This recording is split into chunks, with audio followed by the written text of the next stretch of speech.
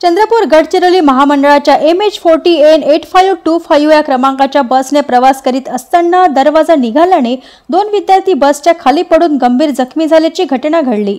ही घटना डोनी फाट्याजवळ आज गुरुवारी 10:30 घडली।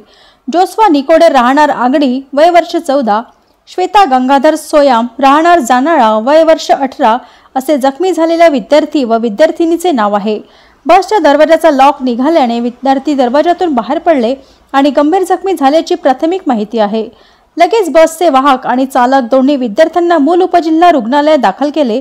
विद्यार्थी गंभीर असल्याने प्राथमिक उपचार करून त्यांना चंद्रपूर येथील जिल्हा रुग्णालयात रेफर करण्यात आले आहे।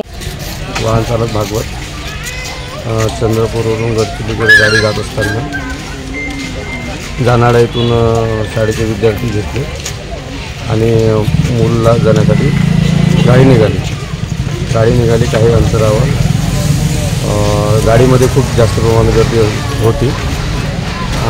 शाळेतील मुले गेटजवळ उभे होते।